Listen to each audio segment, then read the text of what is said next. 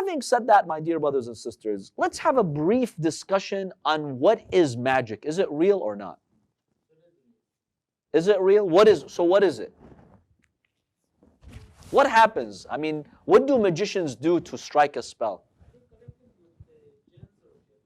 They connect with the jinn or shaitan. Scholars have different understandings of what magic is. I'll summarize it in just a few minutes. Some scholars, based on our hadiths, they believe that the one who started magic was who? Before Harut and Marut. Who started? The first instance of magic in history was started by who?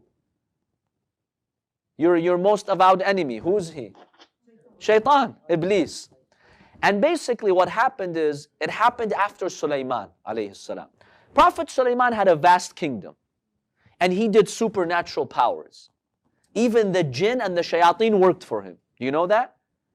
Prophet Sulaiman was given so much power by Allah, he forced shayateen and jinn like slaves to come and work for him. They'd work in his palace. They were servants under him. He'd use them to do things. Allah gave him that type of power. And he did supernatural things, right? You've all heard about the story of the throne of Bilqis being transported. In fact, he had like a flying carpet. He would go from one place to another. Let's call it a vehicle. Even the wind. Allah says in the Holy Quran that I gave the wind to Sulaiman, where the distance of 1 month, he would go in, just like a day or half a day or just a few hours. Allah gave him supernatural powers. And this was a grand sign by Allah that he is my prophet. That's why at the time of Sulaiman, pretty much everyone believed. You see all these miracles, how do you reject them? So while Sulaiman was alive, everything was under check. What happened after Sulaiman? When he died, Iblis is like, look, I have to come up with a strategy to make people deviate. Because people are now all believers, or mainly they're believers, because they saw all these miracles from Sulaiman. And he even humiliated the jinn and made them servants under him. So I have to fight back. After Sulaiman dies, he goes and he writes a book. And he calls it the Book of Magic. Now, Iblis is, he knows how the world works. Like, he has evil ways. He's got a lot of knowledge. No taqwa, but he's got a lot of knowledge. So he writes evil ways to do magic in that book, teaching people how to do magic. Now, who's the author? If he puts shaitan, no one's going to follow him. Like, people will know. See how khabith and la'im he was. He's so wicked. Whose name does he put on the book? No, not Sulaiman. People knew Sulaiman did not write that.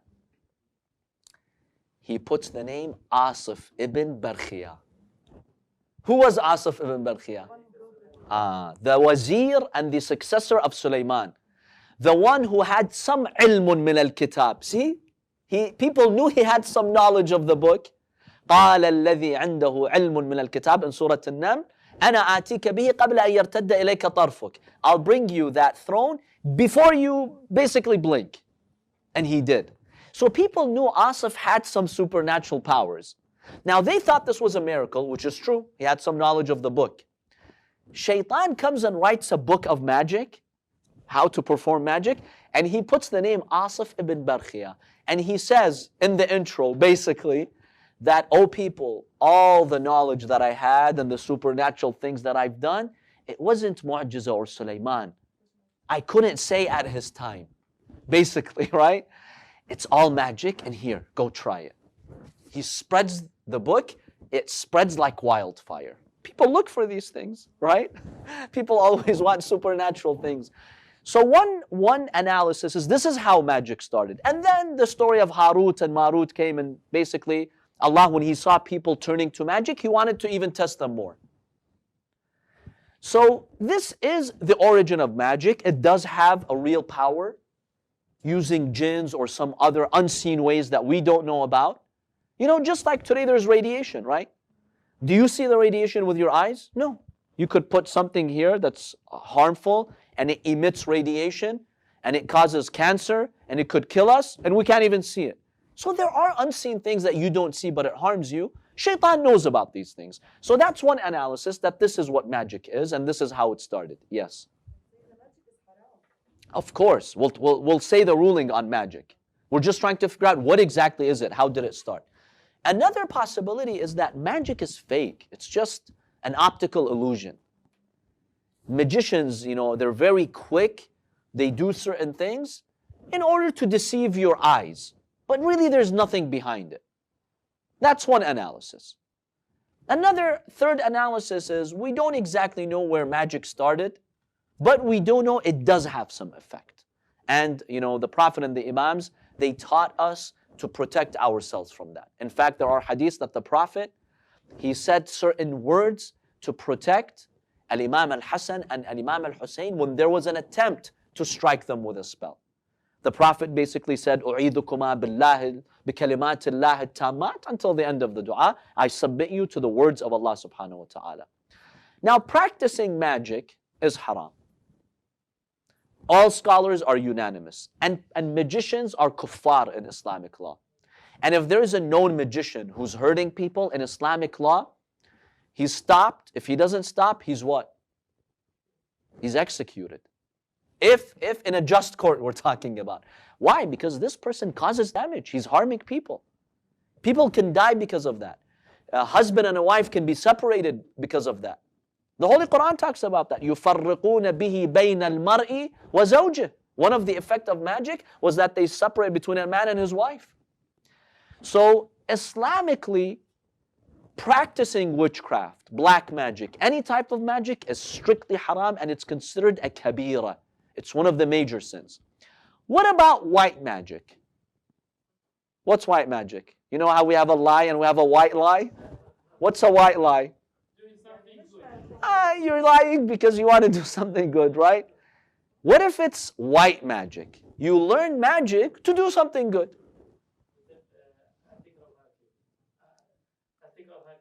Ethical hackers, huh? You do magic, let's say, to help the poor, to do something. You're interested in a person, you want to marry them. Her parents they don't want it, so you do some white magic to let her parents approve. Whatever it is. Is that halal? No. Even white magic is haram. It's condemned. The only type of magic that can be learned, according to some scholars, is to break magic. So let's say there's someone who's done magic and you want to break that magic, and the only way to do that is to learn it, so you break it. Some scholars have said yes, that would be okay. But practicing magic for any other purpose would be haram.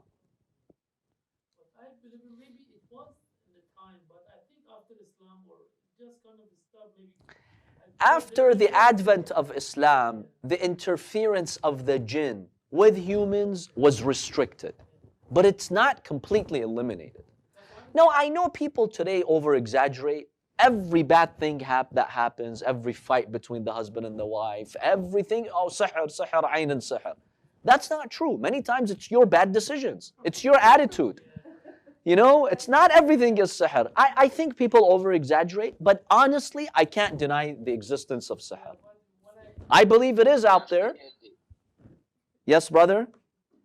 What's the difference between magic and evil eye? Yeah, what's the difference between magic and the evil eye? Basically, the evil eye, according to one understanding, is that it has a negative impact where when you are jealous, that jealousy generates negative energy because it's so evil, such that jinns come, use that energy to harm someone that you're jealous of. So they're interrelated. That's one analysis. There are other analyses about what exactly is the evil eye. So they are interrelated. Basically, the evil eye can be a mechanism, a vehicle for magic to, strike someone, or for an evil jinn to hurt someone. So they are different, but sometimes they may have the same effect. As I see, mostly maybe 99 or 100% in the Sunni side, they just focus on that a lot, and even On magic and sihr?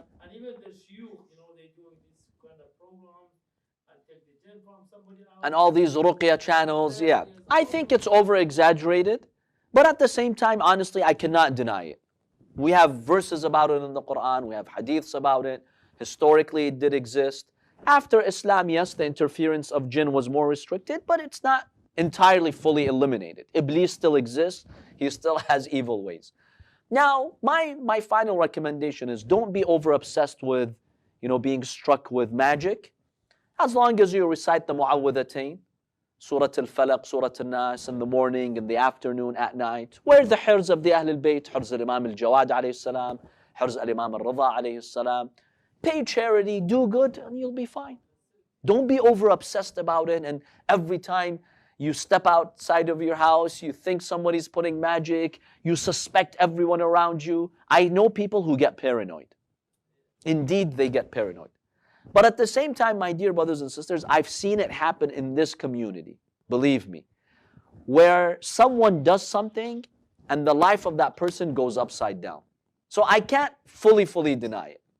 I remember once a family came in and they said, they claimed that their life was okay. The mother, she was here, she's like, my daughter, she's married, everything's fine, everything's smooth, alhamdulillah. Suddenly, things go downhill. One tragedy after another tragedy. And so they suspected that somebody had done something to them. So, I told them, I honestly don't know. I can't tell you whether it's magic or not. I don't have any way to figure it out. However, go to your house, inspect the house, every cupboard and cabinet and drawer and corner. If you find anything unusual, take it out and throw it in a body of water. So I have two incidents about that. The first is this family, they actually found a jar full of najasa in it. That's all I'll say. They threw it, they discarded it in a body of water, all the problems stopped, subhanallah. Of course, I gave them some du'as as well from the Ahlulbayt. Another one is that they found a bone in a cup somehow hidden in one of those drawers. Who put it there? Somebody who doesn't wish them well. Allahu a'lam. So honestly, I do see something out there. That's why I don't entirely deny it. You might find some speakers or scholars saying this is all fake. I can't say that. People over-exaggerate 100%. Every bad thing that happens to us is because of sihr and the evil eye? No, not at all. But can I say it doesn't exist? No, I cannot say that. It may exist to an extent, to be honest with you. Everywhere, believe me, everywhere. And by the way, I'll tell you based on my experience, and I'll conclude with this, where the Bayt is. I've heard from so many people where now I have a clear vision of how this works. Normally what happens is, somebody comes and tells you in the community, I know a lady, probably overseas, no need to mention any specific place, تفتح القرآن. She opens the Quran and she knows everything about your life. She knows what you're going through, and she has that type of ilm al-ghayb. And then the person says, okay, let's try that. So that lady opens the Quran, and indeed, she gives knowledge that only that person knows. So now she trusts her. Okay, first of all, Quran. So she thinks she's religious and she's working with Quran. Number two, she proved to her she has some unseen knowledge that only she would know. So she trusts her. And then she tells her, I'll give you this dua and that dua and all these weird numbers that they write in those pieces of paper. And then they start charging them. First time, they don't charge them. Second time, they don't charge them. Then they keep charging them. Once a sister told me that she charged her $500 just for giving her some of these recipes to wear or to put in the house, right?